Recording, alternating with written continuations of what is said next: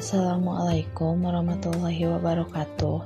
Perkenalkan, nama saya Dea Adisti. Saya dari kelas manajemen C, Prodi Manajemen Nusa Putra. Di sini saya akan menjelaskan tentang completing the accounting cycle. Video ini dibuat untuk memenuhi tugas mata kuliah akuntansi.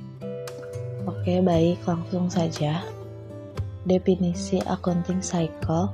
Accounting cycle atau siklus akuntansi dapat didefinisikan sebagai serangkaian atau tahapan langkah yang dilaksanakan selama periode transisi dalam rangka menganalisa, mencatat, mengklasifikasikan, meringkas, serta melaporkan informasi keuangan yang berguna untuk tujuan penyusunan laporan keuangan. Penggunaan neraca lajur worksheet. Neraca lajur atau sering disebut dengan kertas kerja adalah sebuah laporan yang terdiri dari beberapa kolom yang berisi informasi data akuntansi yang akan digunakan dalam proses pembuatan laporan keuangan. Format neraca lajur.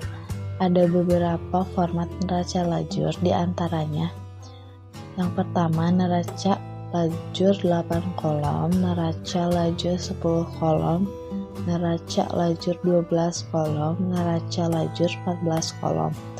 Judul dari kolom debit kredit yaitu neraca saldo, jurnal penyesuaian, neraca saldo setelah penyesuaian, laporan laba rugi. Yang berikutnya, tahapan pembuatan neraca lajur. Yang pertama, membuat format neraca. Yang kedua, mengisi nomor akun dan nama akun. Yang ketiga, mengisi kolom jurnal penyesuaian. Yang keempat, menambahkan nominal pada neraca saldo setelah penyesuaian. Yang kelima, mengisi kolom neraca dan laba rugi. Baik, untuk tahapan pertamanya, yaitu membuat format neraca. Pada umumnya, yang digunakan untuk menyusun neraca lajur adalah menggunakan 10 kolom. Format ini terdiri dari nomor, nama akun, dan debit kredit. Ada 4 komponen yang ada dalam neraca lajur, yaitu neraca saldo, penyesuaian, neraca setelah penyesuaian, dan laba rugi. Kolom debit ini dibuat berpasangan untuk setiap komponen laporan keuangan. Contohnya seperti pada gambar. Yang kedua, mengisi nomor akun dan nama akun. Nomor yang harus diisikan ke dalam neraca saldo melambangkan penggolongan dari tipe akun. Urutan untuk mengisi nomor dan nama akun ini dimulai dari aset, kewajiban, ekuitas, pendapatan, dan beban. Pengisian nomor dan akun yang berurutan memudahkan untuk input transaksi berikutnya. Yang ketiga, mengisi kolom jurnal penyesuaian. Data yang diisikan di dalam kolom penyesuaian berasal dari transaksi penyesuaian yang terjadi dalam akhir periode. Transaksi penyesuaian ini terjadi akibat adanya perubahan saldo dalam akun tertentu yang membutuhkan pencatatan. Komponen ini terdiri dari 2 kolom, yaitu debit dan kredit. Letak dari kolom jurnal penyesuaian adalah di samping neraca saldo. Pengisian komponen ini bisa dilakukan berdasarkan jurnal penyesuaian untuk letak debit dan kredit. Pengisian di sini harus secara teliti karena komponen ini penting untuk melihat saldo terbaru akun tertentu. Salah satunya akumulasi penyusutan. Komponen selanjutnya yaitu yang keempat, menambahkan nominal pada neraca saldo setelah penyesuaian.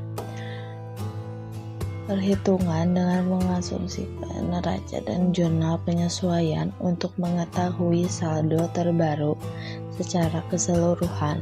Setelah menambahkan nominal saldo, tidak semua akun mengalami perubahan. Saldo akan mengalami perubahan pada jurnal penyesuaian saja. Untuk lebih memahami selangkah, silakan untuk melihat tabel pada gambar.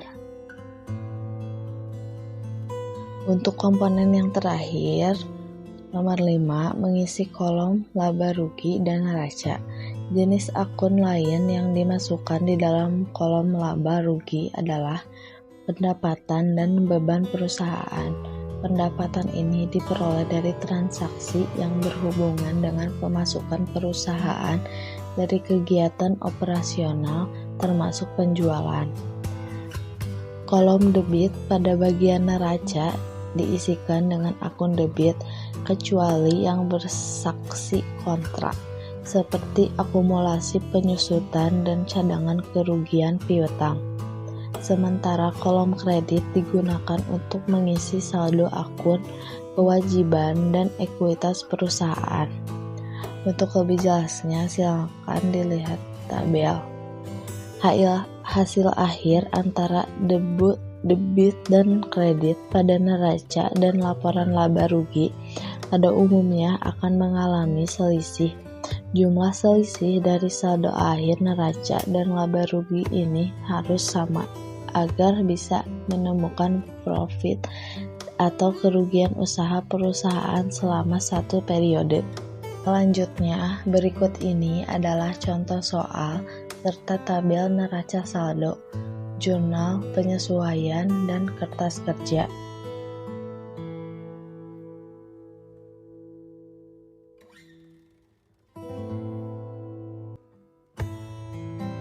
Nah, untuk yang terakhir, ada proses tutup buku. Jurnal penutup adalah jurnal yang dibuat pada akhir periode akuntansi untuk menutup akun-akun nominal sementara. Akibat penutupan ini, saldo akun-akun tersebut akan menjadi nol pada awal periode akuntansi. Akun yang ditutup adalah akun nominal dan akun pembantu modal. Yang termasuk akun nominal adalah pendapatan dan beban, sedangkan akun pembantu modal adalah FRIP dan ikhtisar, laba atau rugi. Setelah jurnal menutup diposting ke setiap akun, maka yang tersisa adalah perkiraan real, assets, liabilities, capital atau equity. Jurnal penutup digunakan untuk menutup beberapa akun yang pendapatan, beban, ikhtisar, laba atau rugi, dan FRIP. Yang pertama, akun pendapatan. Akun pendapatan yaitu menutup seluruh akun pendapatan dengan cara memindahkan akun pendapatan rekening ikhtisar, laba atau rugi. Yang kedua, akun beban.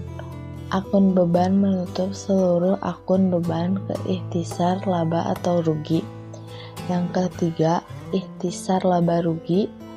Ikhtisar laba atau rugi menutup seluruh akun ikhtisar dengan cara memindahkan saldo ikhtisar ke akun beban. Nah, untuk yang terakhir, akun FRIP. Akun FRIP atau penarikan modal oleh pemilik biasanya terjadi pada perusahaan kecil. Baik, sekian presentasi saya tentang completing the accounting cycle. Kurang lebihnya maaf bila ada salah-salah kata. Assalamualaikum warahmatullahi wabarakatuh.